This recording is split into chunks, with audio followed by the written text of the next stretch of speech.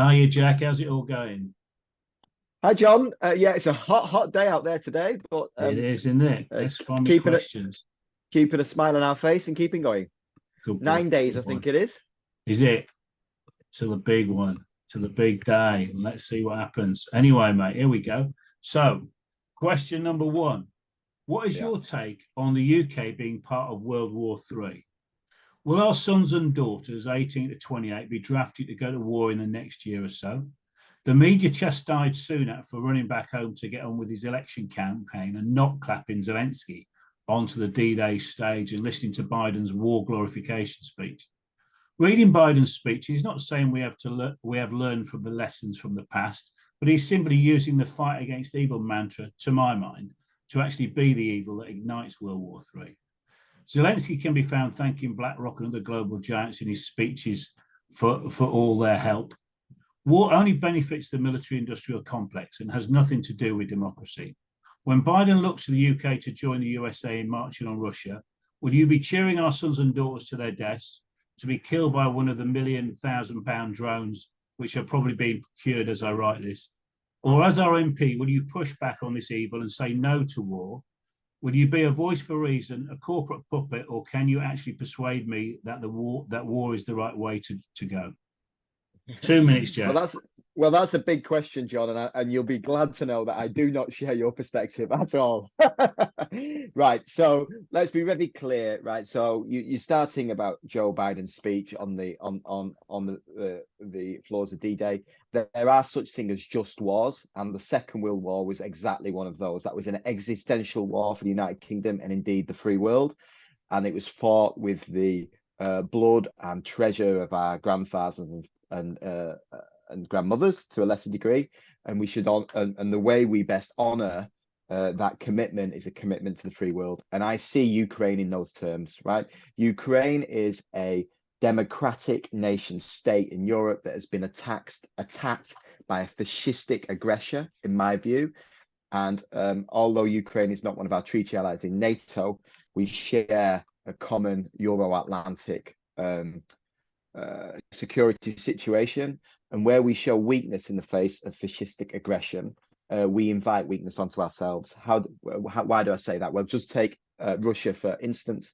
If we had not, and I collectively include the United Kingdom, although the US was the driving force, hadn't withdrawn with weakness from Afghanistan, if we had upheld the red line against chemical weapons in Syria against Assad, Putin wouldn't have seen the weakness of the West in the same kind of way, and we wouldn't have innocent people being butchered.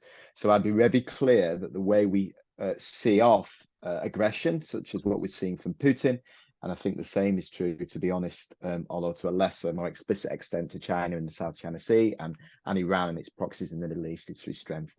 And we do that by sticking together. Strong supporter of NATO. You use the word there, year or two. I don't think we're in that kind of headspace, but I think we are increasingly in a pre-war environment, and that the United Kingdom needs to rearm itself. Okay, Jack, thank you for that answer. Okay. Well, question number two. Do you believe that we need to be concerned with sustainability? And can you share 3 actions you have taken in the last few years to help the planet? Can you think of any projects that you could rally support around if you were our local MP that will be a force for good and encourage residents to become more aware of the need to think more sustainably and encourage positive actions towards a more sustainable future? 2 minutes. Yeah, okay, John. So professionally, I'll tell you what I do, right? So I think people know that I started my career at Centrica on the Maidenhead Road. That was my career by trade. I am a commodities trader. I used to trade power and gas, but what I kind of fell into was long-term power contracts and negotiating those. So I actually work on behalf of people who want to invest in renewable energy. That's what I do as a day job, in terms of getting financing for large-scale renewables, large-scale offshore wind and solar farms. So that's what I do for a living. I run an advisory firm in London, which helps people raise money by signing things called power purchase agreements in order to build solar and wind assets, and probably something like a third of all renewables built in the UK pass my desk. So if you ask me what concrete actions I take, I'll tell you that I make my livelihood and which pays my mortgage and looks after my children, and it's what I do all day really when I'm not doing this crazy stuff. Building renewables. I'm a strong proponent of that, right? For a few reasons. Obviously, green reasons is a primary consideration, right? Global warming is a human induced reality. I think it's ridiculous that I have to kind of make that statement, although some on the right obviously run away from it. I'll be very clear.